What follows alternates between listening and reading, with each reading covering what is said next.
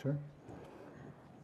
Thank you, and welcome to the Future of Global Transportation panel at the GLIO conference.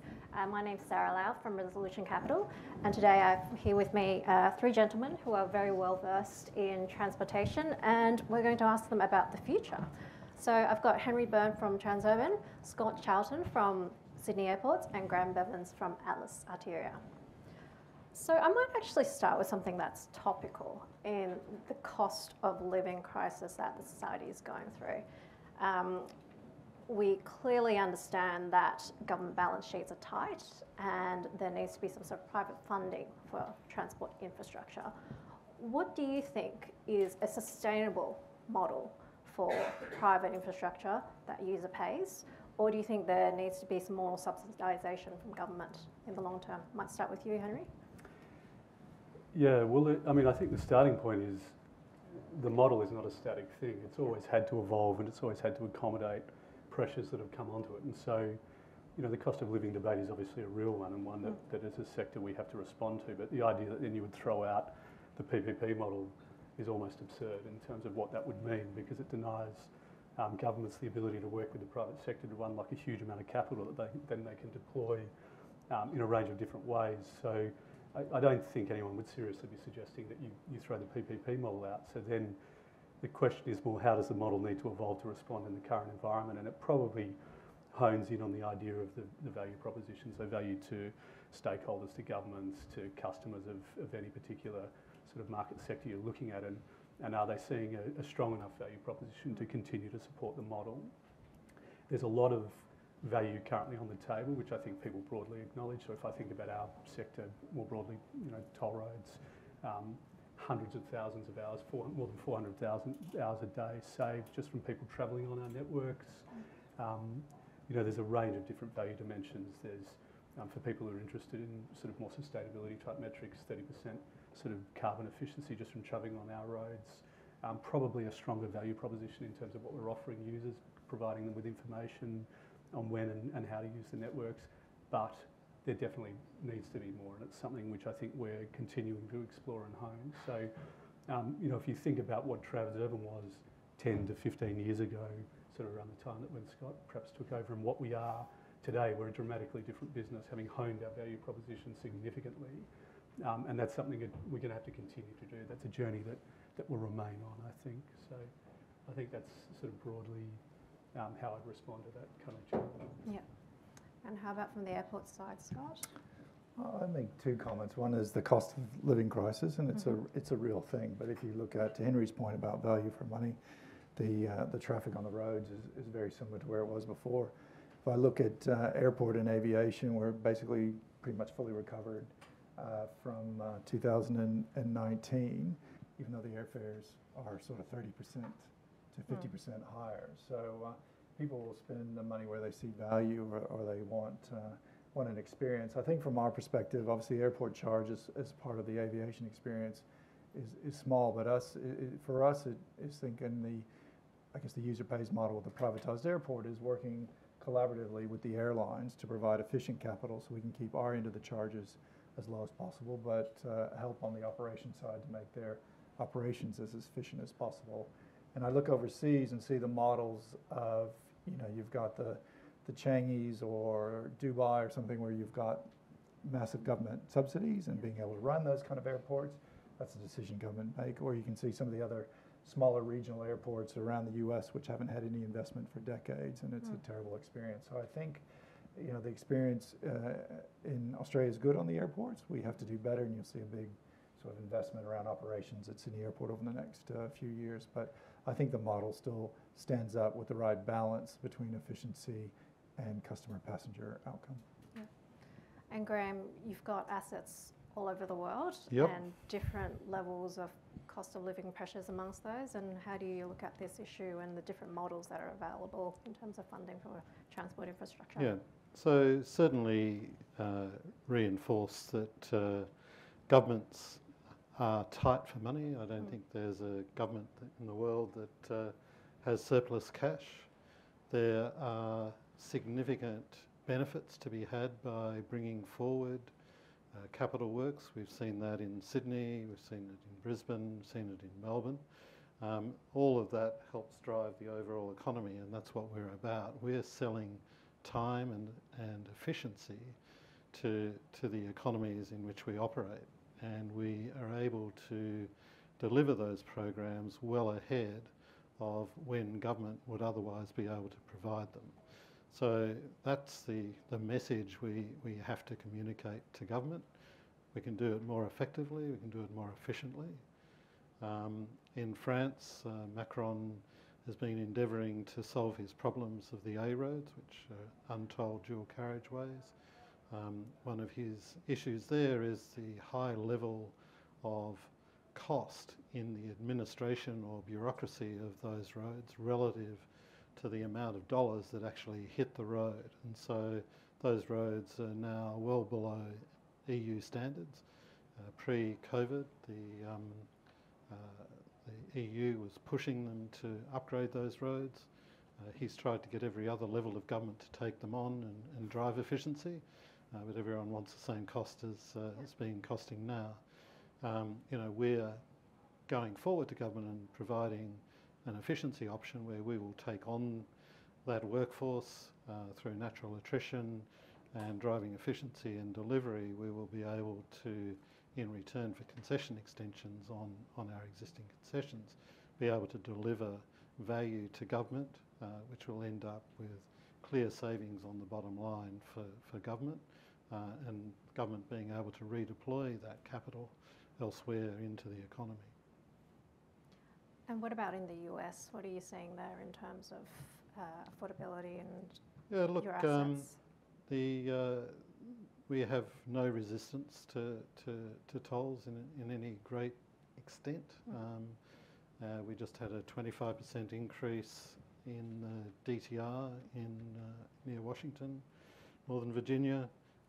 Dulles Greenway, which adjoins it, we didn't see any change to traffic whatsoever. The elasticity and the demand of people to use our roads is extremely high. Is that similar to your experience at Transurban?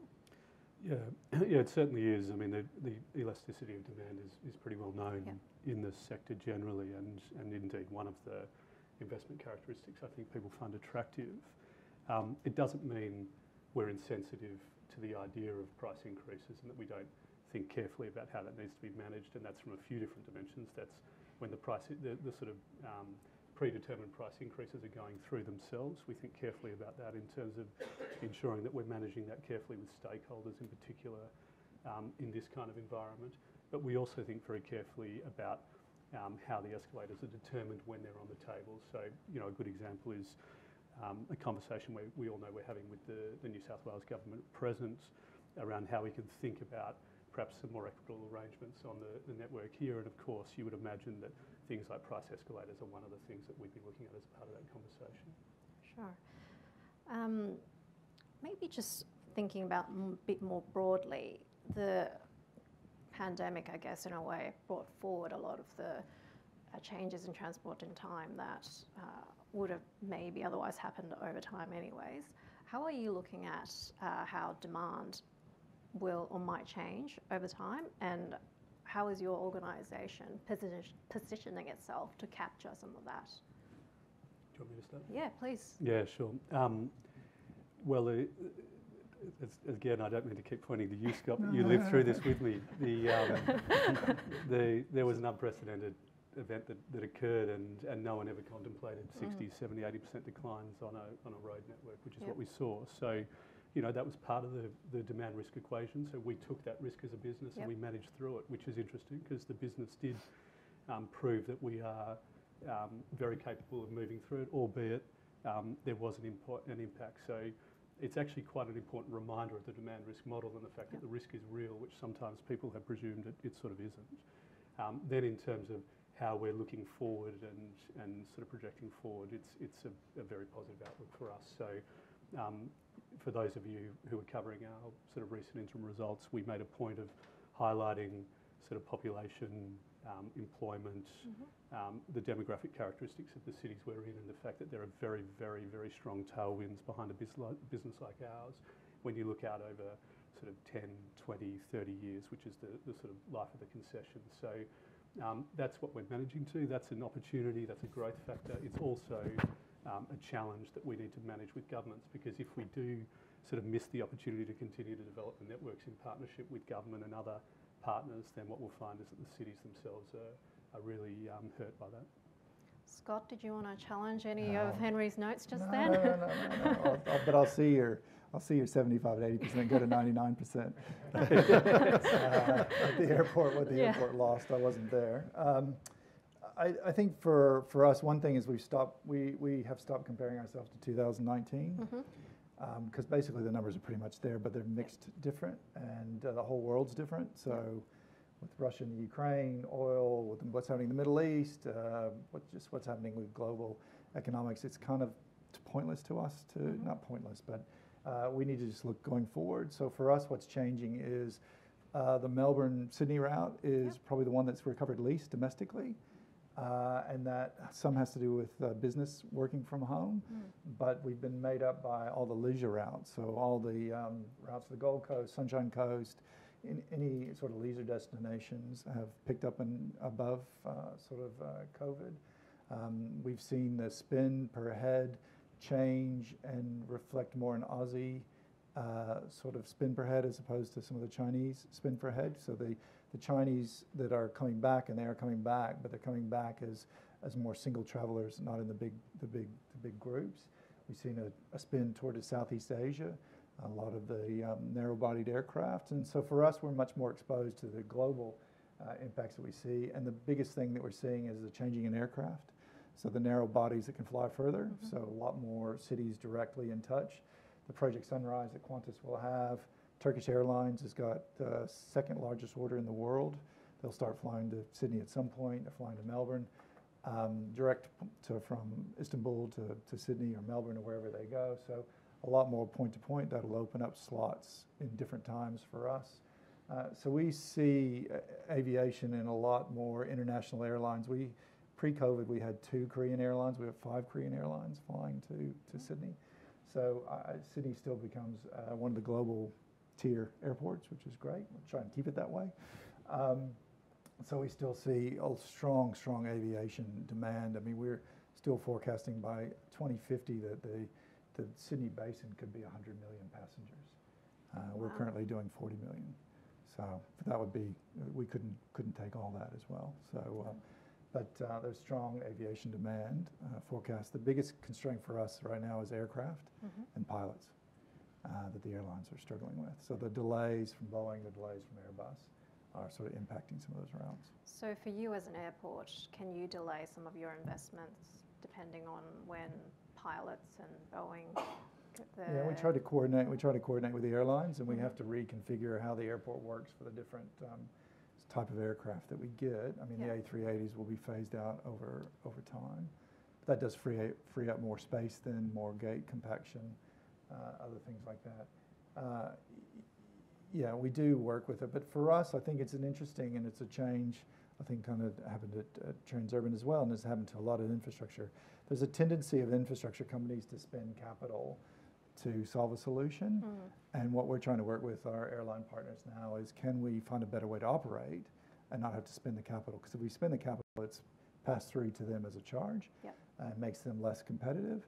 And so we want to try and find operating solutions first before we have to spend capital. So it's just a different approach. And you know, I'm really pleased to say that we've been working closely since I've been there with Qantas and Vanessa, and trying to help them on-time performance. And there's both things that we can do to work better together, but that relationship is working well. And same with Virgin. I think it's a different approach how we find better outcomes together. But to Henry's point, Sydney is going to grow so dramatically. You know, whether it's air travel or whether it's road transport, the next 2 decades look very strong. And Graeme, what are you seeing in terms of, you know, long-term demand patterns, and what can you extrapolate from today's patterns, if anything? Or do you think the future will look dramatically different? So in Europe in particular, the focus is on reducing carbon impact. And so that's flowing through our CapEx. We're just been announced as preferred bidder on a new road we'll construct on the southern shores of Lake Geneva. The approach to that road is so focused on the environmental impact of the road, actually enhancing the environment as a consequence. So there are two distinct wildlife communities that have been divided by suburbia. We'll create a corridor that links those two, enables cross-fertilisation between the two communities, which ensures that they have a much stronger future than they had under existing urbanisation. So those things, building things out of timber as opposed to steel, using low carbon asphalt, and then rolling out programs like we were about to start installing a hydrogen system for heavy vehicles from Turin through the Alps, through the tunnel system there, so that low carbon heavy vehicles can travel. Similarly, we're installing between Lyon and Paris 5 400 to 500 kV charging networks in specific service areas for heavy vehicles, battery. Obviously, batteries don't work through the Alps. They drain pretty quickly with both altitude, heavy weight load, and temperature. Whereas hydrogen is more effective through that environment. So, you know, we could see tractors, to use the US term, effectively hauling from Turin to Lyon, and switching over with battery powered heavy into Paris and beyond. So there's a real focus on that. We've got nearly 800 charging points across our network. We've got 2,500 kilometres of road we operate and manage.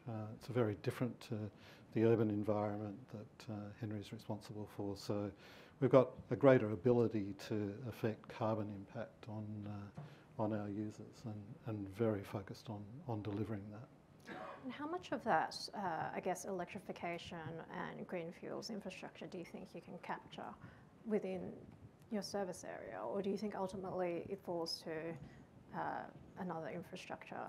We're delivering it all. All of it.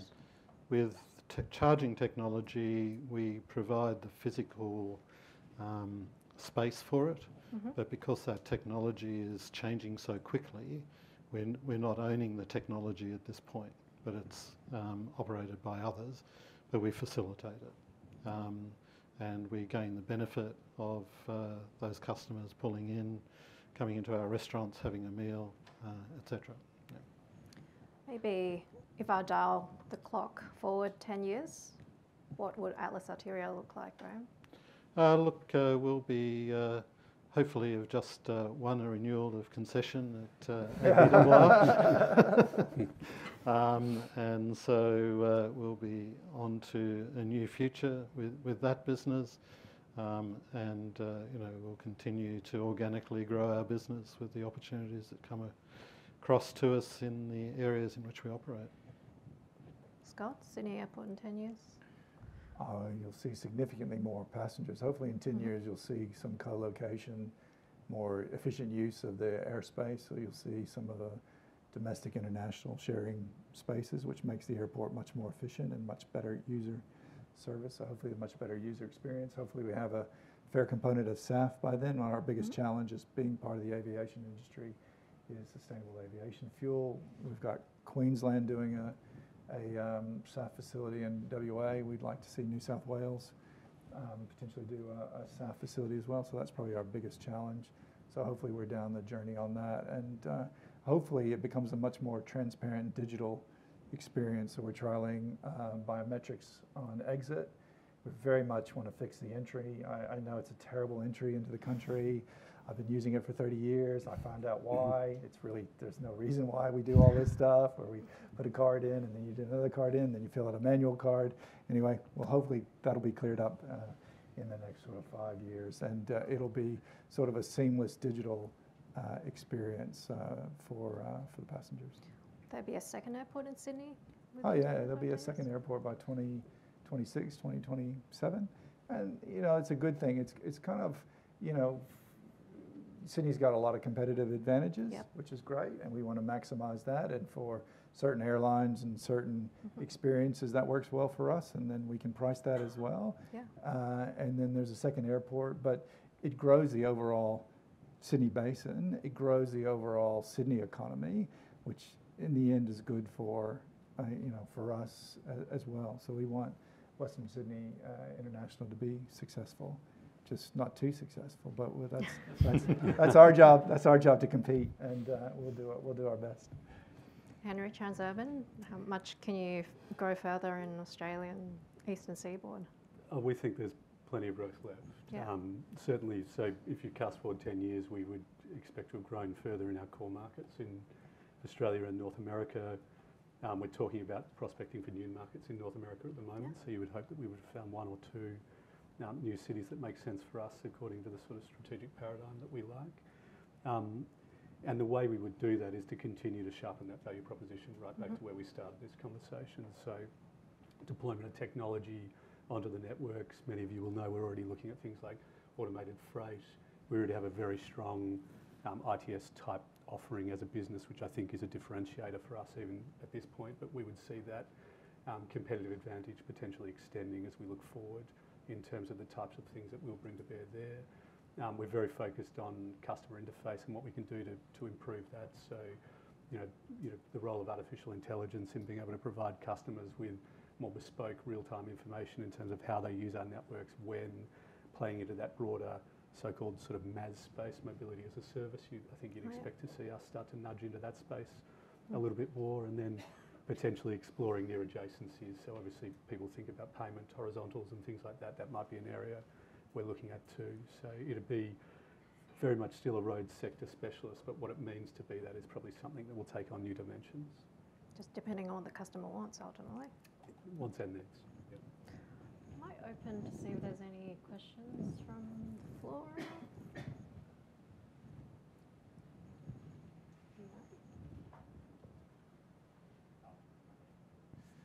All right, I'll always have to serve as the warm-up act. Okay, so speaking about horizontals and diversification, getting into construction and contracting, thoughts? I can answer that very easily. I can answer that for you. Well, he taught me the answer. You wouldn't see Transurban vertically integrating the way some of the European peers have. We've tested that quite carefully, and we've had reasons to test it. Obviously, everyone knows the experience we had on Westgate Tunnel down in Victoria, but we still think the model of working in a networked way with the D&C contracting sector and having them maintain the specialist kind of delivery model makes sense. To run a concessionaire business alongside a low single-digit margin business, just for us, isn't something I think you'd see us strategically sort of move towards. So it doesn't mean we won't continue to ensure that we've got the risk boundaries around how we're managing that contractual interface right, and that's a constant source of focus for us.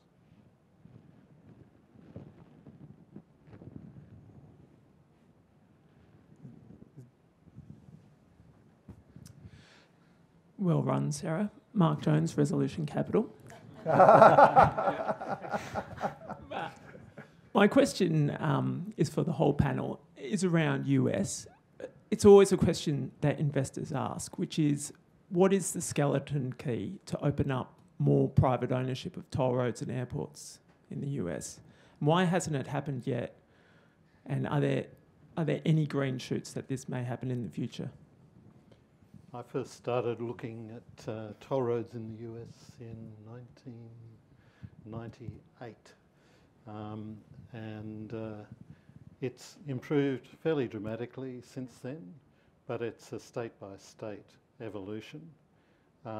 There is acceptance of the concept of hot lanes, where there's the choice of taking the free route or paying. There's great resistance to toll roads, which are toll roads on a standalone basis. From a society point of view, it's the land of the free, and but it's probably one of the most socialist societies when it comes to transport infrastructure, water infrastructure. The power sector is quite separate, and obviously we've got panellists who'll talk to that. That's been long established.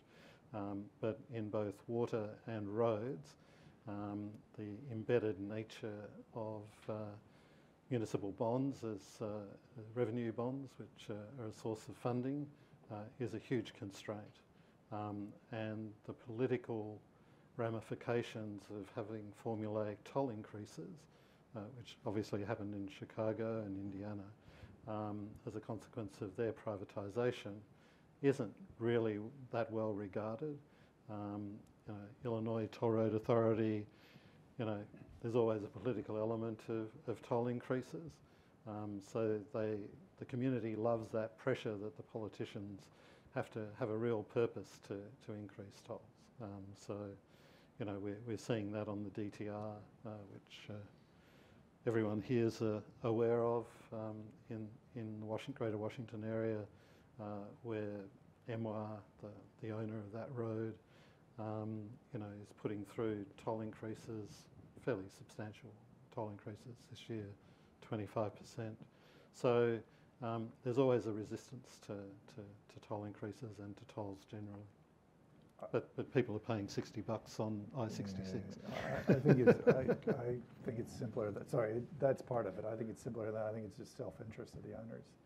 So you've got these weird ownership models that are owned by, councils or local municipalities where you have directors making millions of dollars to sit on the board of an airport or the board of a toll road or board of a port. There is no interest in whatsoever of them than privatizing its status, its ego, its money. So there's no interest in their political appointments, and so there's no interest. Why would you want to change it? So I think that, and then you get up to the Northeast, and then you got the whole union involvement and everything else. It just makes it, unfortunately, we had done the work over years that there's $2 to $300 billion of toll roads sitting in public ownership that just don't make sense. But it makes sense if you're sitting on the board making $1 million of a toll road, being a director, which is it's incredible some of these salaries that these directors get for part-time work. But as far as the airports, I think what you've seen is the move to doing particular terminal developments. So I don't know if any of you saw, but Jen Ahmet, who used to run North America for Transurban, is now the CEO of JFK's big terminal expansion. So a bit ironic for both Jen and I, but so I think you when they get in desperate straits, that's what you see. Or then you get someone like LA who's just spent quite a ton of money to upgrade LAX, which needed it, but the taxpayers are paying for it because, again, is it really efficient use of capital? I think one thing I'd sort of add is we were a bidder on Pennsylvania Turnpike in 2018, 2008 I should say, and in that analysis we could take 20% out of the costs. The amount of jobs that were for friends of board members, for mates of mates, like it was overstaffed ridiculously, and then the contracts going out of that business for resurfacing, all those sorts of things, it was a goldmine of self-interest that was being hugely taken advantage of by the vested groups that Scott's referring to. It's hugely inefficient. So maybe if I jump in with the sort of a slightly more positive take on it, given we're all committed to North America, because the green shoots, as you put them, Mark, might actually come through technology and policy catalysts that we all see coming. So the technology catalysts, sort of akin to what I described earlier around what's going to happen through the application of technology on these roads, all the way through to vehicle technology, which we know will present opportunities for sort of adaptive players to move in, be the proponents of that, accelerate it, and build a new kind of narrative around how you might be a smart infrastructure player in that market. So there's a piece in there, policy catalysts around things like road user charging. We know that's coming the world wide. We know the pressures that are going to come to bear in a funding sense on governments. And you can see how that might open up a different kind of conversation around how the private sector might work with governments in that scenario as well. So you look at those and say there are actually catalysts that you can see that could end up being a way of breaking this kind of deadlock that we've all... Yeah, I mean, there are definitely opportunities, and always because it's just such a big market. But when the next election comes, and whoever wins goes, they've got their $1 trillion infrastructure plan, it's the same $1 trillion that Biden had, that Trump had, that Obama had, that Bush had. It just doesn't flow through to sort of the real infrastructure that we're talking about here. You have to do it state by state. Everything's state by state. That's great. Any final questions?